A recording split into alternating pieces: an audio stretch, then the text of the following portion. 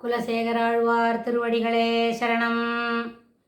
இன்றைக்கும் பிரியாம்பல், அதாவது முன்னுரை, ஒரு செய்யுள் தொகுப்பு, முகுந்த மாலை என்கின்ற செய்யுள் தொகுப்பு 40 செய்யுள்கள் கொண்டது. இந்த செய்யுள் எதை, யாரை பற்றி சிறப்பாக கூறுகின்றது? ஸ்ரீகிருஷ்ணரை பற்றியும் அவருடைய குணாதிசயங்களை பற்றியும், அவர் தன்னுடைய பக்தர்களையும் சிஷ்யர்களையும் காப்பாற்றி கொடுக்கக்கூடிய அவருடைய உதார குணத்தை பற்றியும், ஸ்ரீகிருஷ்ணரை அண்டினால் நமக்கென்னெல்லாம் கிடைக்கும் என்பதை பற்றியும் விரிவாக கூறுகிறது. சரி, இந்த செய்யுள் தொகுப்பினை இயற்றியவர் குலசேகர ஆழ்வார். அந்த குலசேகர பெருமான் என்னவா, அவர் சேர நாட்டுக்கு இளவரசர். சேர நாட்டு இளவரசர் சிறப்பாக ராமாயண கதைகளை கேட்டு இன்புற வேண்டும் என்கின்ற மனம் எப்பொழுதும், அப்படின்னு ராமர் மேலே அளப்பரிய ஈடுபாடு. அதனால் குலசேகர பெருமானை பற்றி நம்ம கொஞ்சம் விரிவாக பார்க்கலாம். அதுக்கப்புறம் இந்த முகுந்த மாலை எதற்காக பாடப்பட்டது? எல்லாரும் என்ன பண்ணுவா, ஆழ்வார்கள், ஆச்சாரியர்கள் எல்லாருமே தன்னுடைய செய்யுளால், அதாவது தன்னுடைய வாக்கினால் சொல் மாலையை சூட்டுவார்கள். சொல் மாலையோடு பாமாலை, பூமாலை. சொல் மாலை என்றால் பாமாலை, பாட்டுக்களான மாலை. அதே மாதிரி சொல் மாலை அதுதான். அப்புறம் பூமாலை என்றால் பூக்களால் தொடுத்த மாலை. பெரியாழ்வார் பெருமாளுக்கு பூமாலை, பூ கைங்கரியம் தான் பண்ணிட்டு இருந்தார். ஆண்டாளும் என்ன பண்ணார், பாமாலை பூமாலை ரெண்டும் சூடி என்ன கொடுத்தா, பெருமாளுக்கு தொகுத்து ஷூட்டிங் மகிழ்ந்தா. அதுபோல் இப்போ இவரும் 1000 பாசுரங்கள் சொல்லியிருக்கார். அப்படின்னா அதுபோல் அதுக்குள்ள இந்த முகுந்த மாலையும் ஒன்று. ஆனால் இந்த 12 ஆழ்வார்களில் இவர் மட்டும்தான் சமஸ்கிருதத்தில் ஒரு செய்யுள் தொகுப்பு சொல்லியிருக்கார். அந்த முகுந்த மாலை, அவருடைய இருக்கிற திருவஞ்சிக்களம், அதற்கு அருகாமையில் இருக்கிற ஒரு குலசேகரபுரத்தில் இப்பொழுது கூட என்ன பண்ணியிருக்கு, ஒரு முகுந்தனுக்காக உண்டான ஒரு கோவில் இருக்குது. அங்கே இந்த 40 பாசுரங்களையும் 40 செய்யுள்களையும், அது 40 ஸ்லோகங்கள், அதை என்ன பண்ணுறா, இன்றைக்கும் அதை அப்பப்போ எல்லா நாளும் சாயங்காலத்தில் பாராயணம் நடத்த நம்ம அங்கே போய் பார்த்தா தெரிஞ்சிக்க முடியும்.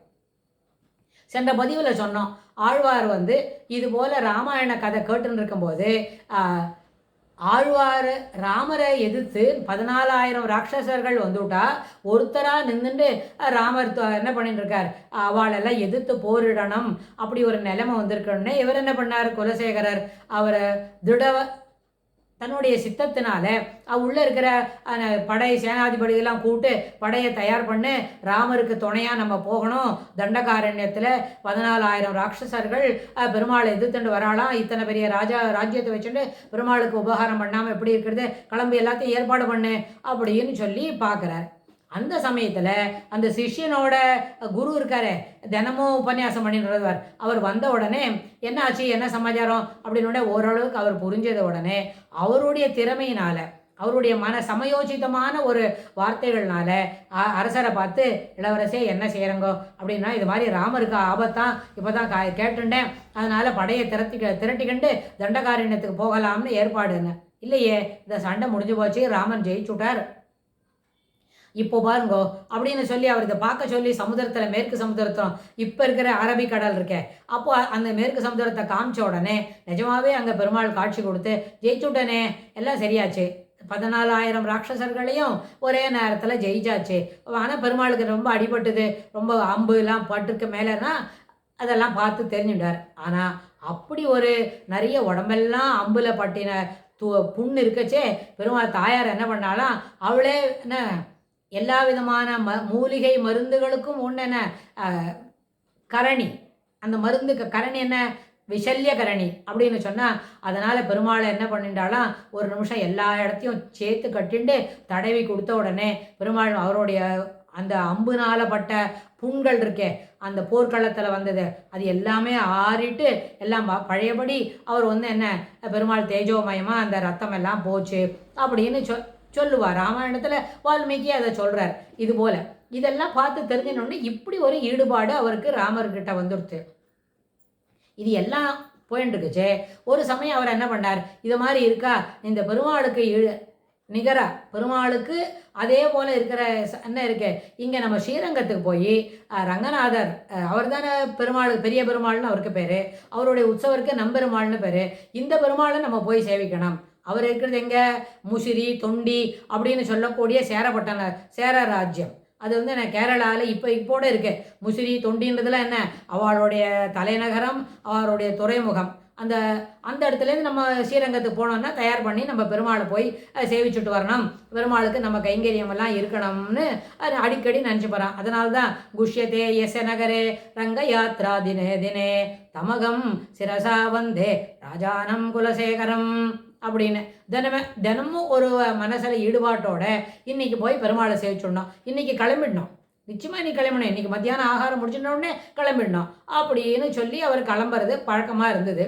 ஆனால் அவள் கீழே இருக்கிற மந்திரிகள்லாம் என்ன, மந்திரி பிரதானி அவள்லாம் என்ன நினச்சிட்டாலாம், இப்படி இவர் இந்த இளவரசனாக இருக்கார், பெருமாளை அவள் ராஜ்யம் அவள் அப்பா என்ன பண்ணார், பாதி ராஜ்யத்தை பிரித்து அப்பா நீ வா, நீயே அரசாண்டிக்கோ அப்படின்னு சொல்கிறார். இவராக எந்த நேரமும் பெருமாளை போய் சேர்க்கலாமா அப்படின்னு பார்த்துட்டு இருக்கார்.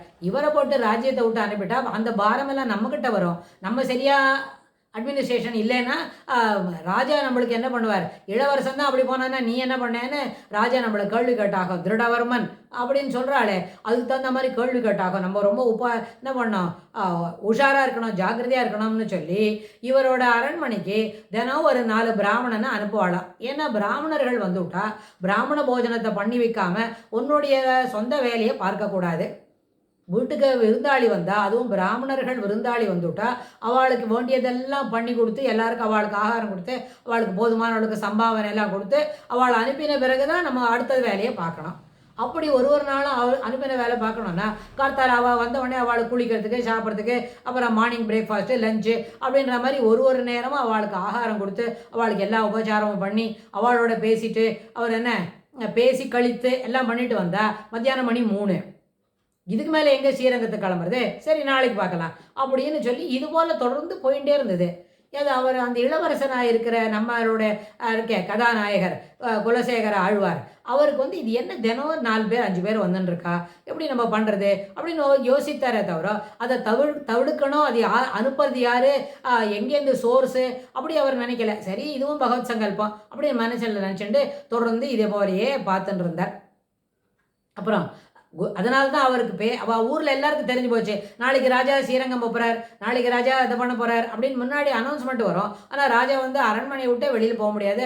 அந்த அளவுக்கு அவருக்கு என்ன பண்ணணும், அரண்மனைக்குள்ளேயே பிஸியாக டைட்டாக ஷெட்யூல் இருந்துகிட்டே இருக்கு ஒரு நாள் முழுக்க. அது மத்தியானம் 3 மணிக்கு வரைக்கும் இருந்தால் சாயங்காலத்து மேலே பிரயாணம் கிளம்பக்கூடாது அப்படின்னா அதோட நின்று போச்சு.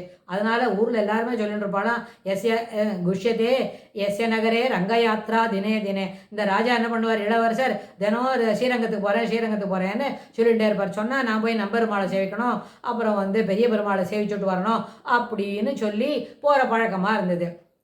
அது அப்படி போகிறச்சே அது மாதிரி இருக்குது. இவருக்கு என்ன சிறப்பு அப்படின்னு கேட்டால், கும்பே புனர்வசோ ஜாதே அப்படின்னு சொன்னால் அவர் கும்ப மாசத்தில் புனர்வச நட்சத்திரத்தில் பிறந்தவர். அப்புறம் கௌஸ்துபாம்சம் அப்படின்னு பெருமாளோட கௌஸ்துபம் அப்படிங்கிற அந்த ஒரு அணிகலனோட அம்சமாக இவர் பெறப்படுத்தவர் அப்படின்னு தெரிஞ்சுட்டோம். இதனால் இந்த அடிப்படையில் இவர் தொடர்ந்து இந்த வேலைகளை செய்துட்டே இருக்கார். பிராமண போஜனம் இது பார்த்துட்டுருக்கு, இப்படி போகிறது. அப்புறம் ஒரு நாளைக்கு அவரால் என்ன இதெல்லாம் தளர்த்துக்கிண்டு நம்ம மேலே போகணும் அப்படின்னு தோண ஆரம்பிச்சது. அதற்கு என்ன முயற்சி எடுக்கணும்